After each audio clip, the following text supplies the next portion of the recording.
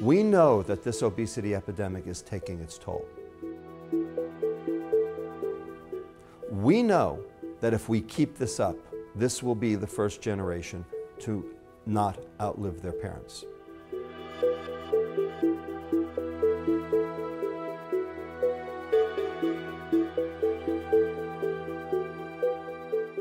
Here we have this epidemic of obese 6-month-olds. And everyone's saying, how is it possible? How can that be? They don't diet and exercise. They just get fed formula or breast milk and they're obese. How is that possible? Well, it's very possible. Number one, you lay down your fat before you're born. And what determines how much fat you lay down? The baby's insulin before they're born. The more insulin, the more fat. And what determines that baby's insulin? The mother's diet. We need to focus on prevention. When does prevention start? In little kids? In kindergarten? No, it's even earlier. Is it about breastfeeding versus giving them the bottle? That's even too late to start there. It starts in the womb. And it starts actually even before conception in the woman's health. And so young women are shaping the future generation's health. They're the gatekeepers. And so we should be putting a lot more effort into promoting a healthy generation of women because they are absolutely shaping the next generation and whether they're coming out all set up for obesity. We know that birth weights have been going up over the last 25 years worldwide. And we know that mothers' weight gain during pregnancy, which has also been going up, translates into babies' adiposity, babies' fat stores. So fat cells like to get filled. As soon as they're out, they're hungry. And we see these kids calling for food at age 2 months, 3 months, and the parents don't know where this came from. And it's because they were programmed to do so. So what happens to a child who had an obese mom? They might have come out of the womb small for their age or low birth weight, but very soon after that we see how their metabolic calibration is set in this world. It's set so that they are absolutely efficient and thrifty with calories.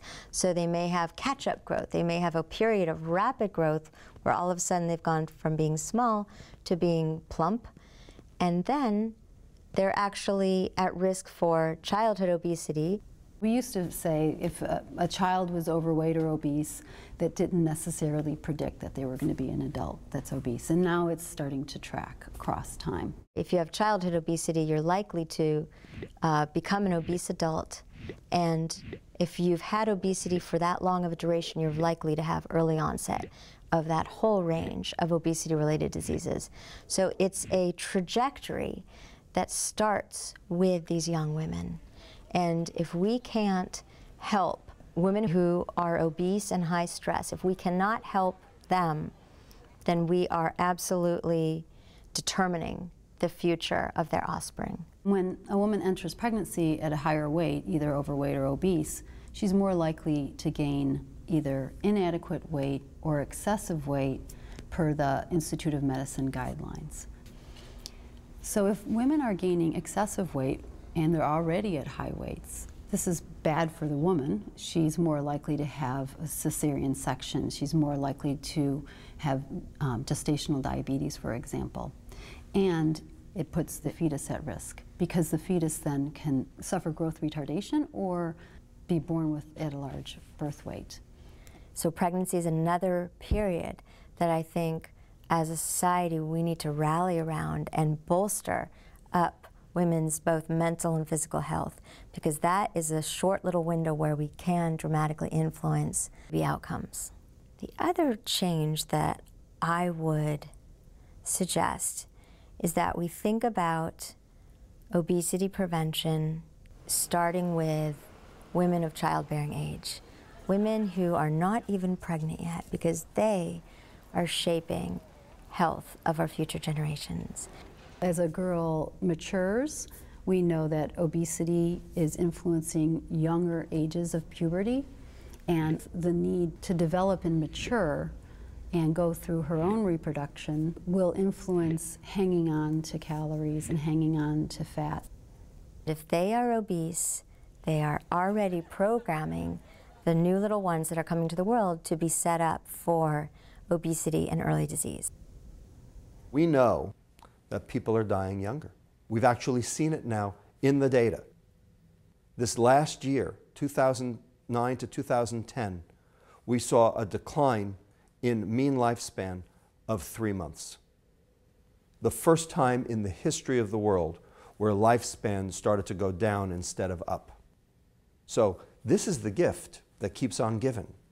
And this can actually be transmitted from generation to generation. Fixing the diet is not just a question of fixing the diet for children, but fixing the diet for the mother who's pregnant, which means fixing the diet for the mother before she becomes pregnant, which means all the way back. In other words, fixing it for everybody. That is a public health intervention.